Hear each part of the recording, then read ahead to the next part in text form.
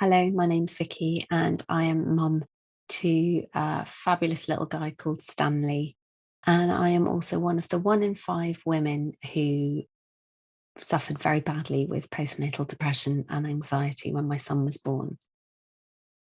I was so excited to become a mummy. I was delighted to be pregnant. I was absolutely over the moon, as was my husband. And starting a family was very, very much something that we wanted. The day that we met Stanley was actually the worst day of my life. My birth was very traumatic. I felt I wasn't listened to, and I felt like a passenger. Everything was out of control. And that had a profound effect on me and the way I experienced my first years of motherhood. And I didn't feel that feeling of euphoria that you're led to believe is going to happen when you meet your child for the first time. I've subsequently found out that that actually isn't something that happens all the time. And in fact, it's not that common. And it's okay if you don't have those feelings, that rush of love when you meet your baby for the first time. I just felt numb. I felt traumatized. I felt in shock. And although I flagged it to my midwife at the time, they just put it down to tiredness. But yeah, I knew something in me had snapped, and that I was not okay. At its worst, I wanted to run away. I didn't want to be alive anymore. I just wanted the feelings to stop, to go away. I was never going to do anything about it, but yes, I did have suicidal feelings. And I felt such a failure as a mum that I really thought my son and my husband would be better off without me, that they didn't need me. Um, and that I was such a failure as a person that it would be the right thing to do to walk away. Luckily, I was diagnosed by a breastfeeding counsellor who came round. She recognised those feelings in me. She recognised the way I was, the zombie state I was in, because she had been through it herself. She also had postnatal depression.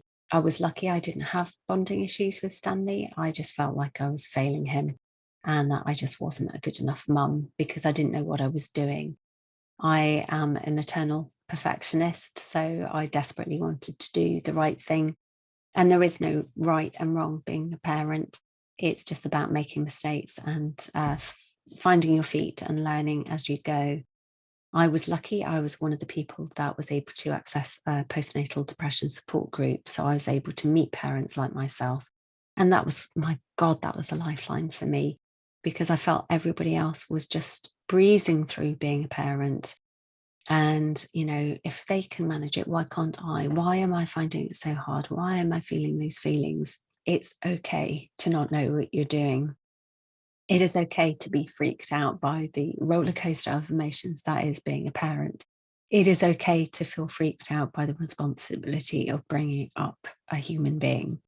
It is okay to feel like you're a failure, but that is not the truth. You are not a failure as a parent.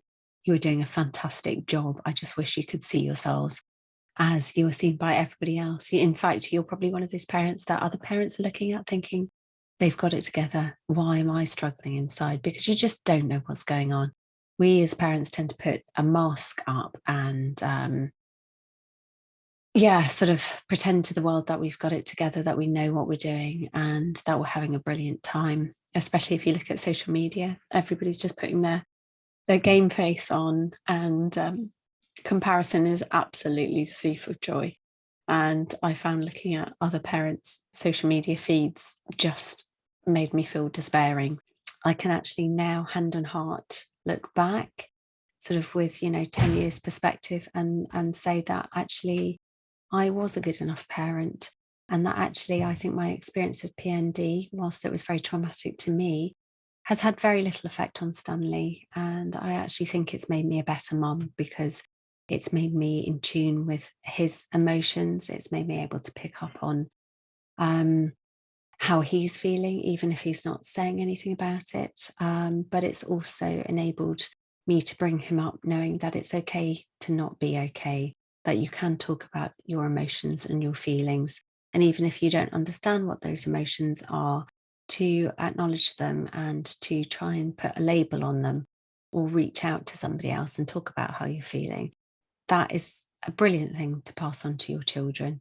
And it's something you will be able to do having been through this experience. I really hope that by listening to my podcast, Blue Mum Days, I will give you some reassurance and you will listen to the experiences of other parents who have been through it, who have felt rock bottom. They've felt exactly as you are feeling right now, but they've come through the other side. There is light at the end of the tunnel and you are going to get through this. So hang on in there. You're doing a brilliant job and you are going to feel better. You are going to get your life back. You are going to be you again. I promise.